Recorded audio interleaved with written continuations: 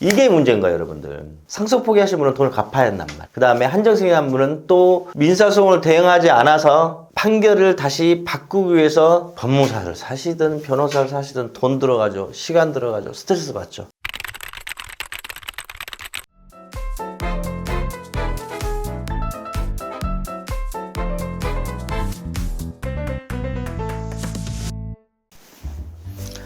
예, 여러분 이번 시간 한정승인 상속 포기 후에도 채권자의 민사소송은 꼭 반드시 대응하셔야 합니다 라는 주제를 가지고 말씀드릴게요. 여러분들 한정승인 상속 포기, 자 한정승인이 뭐죠? 망자의 재산을 상속을 하되 채권자들한테 채무를 갚을 때 망자 재산에 상속된 범위 내에서만 갚지 내 개인 재산을 투입하지 않는 게 한정승인이고요. 상속 포기는 아예 상속인 지위에서 나는 빠져나올 테니 망자의 채권 채무 관계하고 아예 없도록 하는 게 상속 포기거든요. 그러니까 A라는 분이 사망하셨어요. 그러니까 배우자 B가 있고 C가 있단 말이에요. 그러니까 B, C가 한정승인하고 상속 포기를 하는 이유는 망자 A의 채무가 상속되는 것을 방지하기 위해서 한정승인 상속 포기를 하죠. 그런데 일반인들은 여기까지만 생각하시는 겁니다. 망자 A의 채권자들은 있잖아요. 망자 A가 사망 사실을 몰라요. 그래서 민사소송을 제기한단 말이에요. 그런데 사망을 했어. 그러면 망자 A의 상속인들 B, C로 피고 이제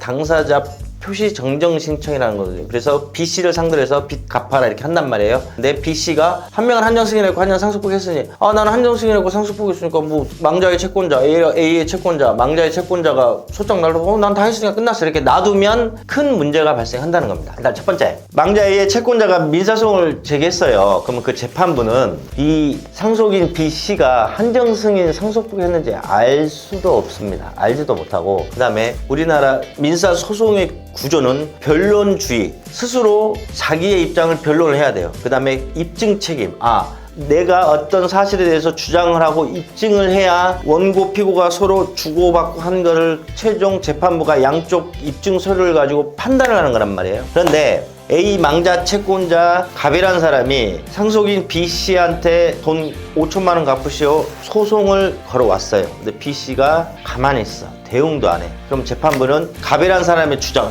망자한테 돈을 빌려줬는데 상속인인데 이것만 판단이 되겠죠. B 씨가 아무런 대응도 하지 않으면. 그러면 이걸 가지고 그대로 판결을 해버립니다. 그러면 어떤 상황이 벌어지냐, 상속 포기자는 그대로 자기 상속 지분만큼 갑이라는 사람, A의 채권자 갑이라는 사람한테 그 돈을 갚아야 됩니다. 그 다음에 한정 승인자는 물론 나중에 청구 이의소거라는 게 있거든요. 이제 그걸 통해서 이 판결을 약간 바꿀 수 있거든요. 바꿀 수는 있는데 이게 문제인 거예요, 여러분들.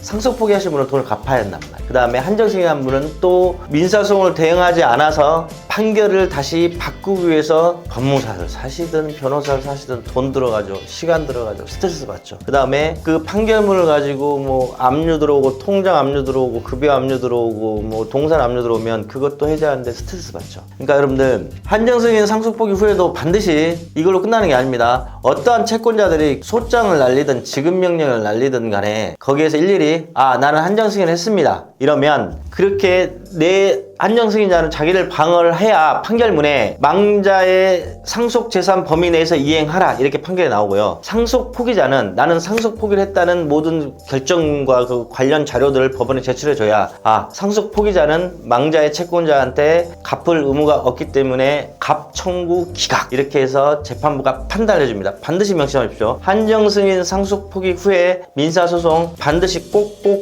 대응하셔야 됩니다.